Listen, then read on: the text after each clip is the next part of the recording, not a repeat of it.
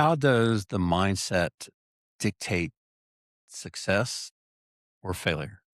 That's a really interesting question. Henry Ford had an expression, whether you think you can or you think you can't, you're generally right. And I have seen business owners that could not sell, could not solve any problems. Their mind just got in the way. And then there are other times that you kind of clear that out, as you've done in your wonderful series here. You clear your mind out, you get focused, you dial in where you're at, and all of a sudden, those things that were totally impossible, we get taken care of very easily. But it's all right here. It's all right here. So when you come across, you sit across the table at lunch and you're talking to someone like this, Right. we all have emotions and it all goes up Sure. and down. I Sure. mean, Yeah. it's Yeah. depending, it could be hour by hour or day by day type of thing. So when you come across these different level of emotions, how do you address them with the person?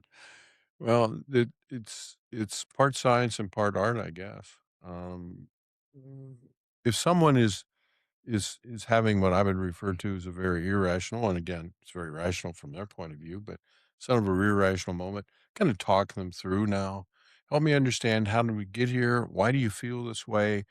What are the challenges you're dealing with, and why do you feel they're insurmountable?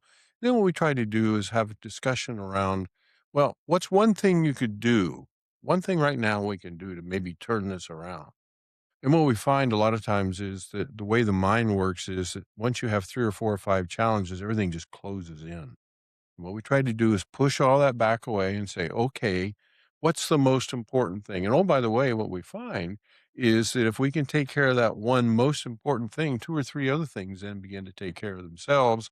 And then we develop, kind of a positive momentum, if you will, to get our mind back in the game. So as you're going through this, you've seen a lot of different people. Right. What do you find the mindset of people that are successful? I mean, just generally speaking, as a how they've cultivated it, and what's that mindset of those people that struggle in doing business? What are the like 3 or 4 factors that kind of like of all these people, these 3 things I see in so and so, and this, Yeah. and what are those factors? A couple that quickly come to mind is that many people who are not as successful and have a tough time getting their hands around things tend to focus so much in what's right in front of them.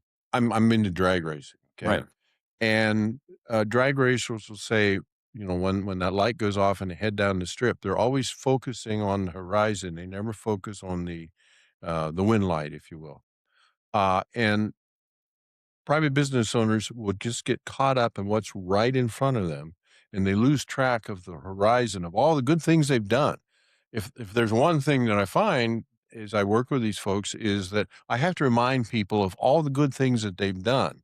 We as human beings always focus on the 1 or 2 or 3 things that are kind of in our craw right now. Okay, here are all the good things you've done. You've gotten this far along, if you will. So I think that's one area. I think, secondly, private business owners that are successful have what I would call an abundance mentality.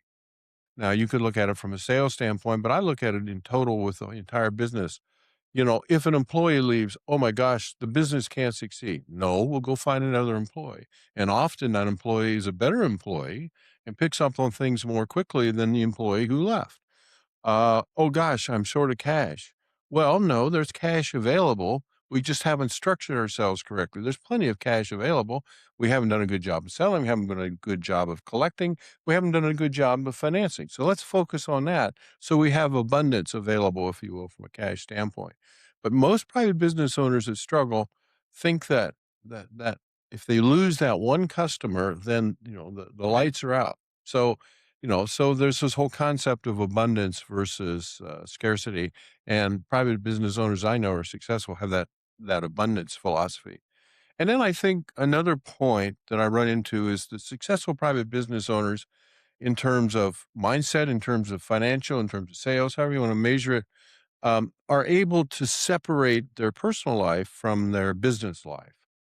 What we find often is that if you were to identify an individual, the first thing you do is you describe, it's Steve who owns Tar Incorporated. No, it's Steve, a good friend of mine who's done a great job coaching, baseball players over the last 15 or 20 years.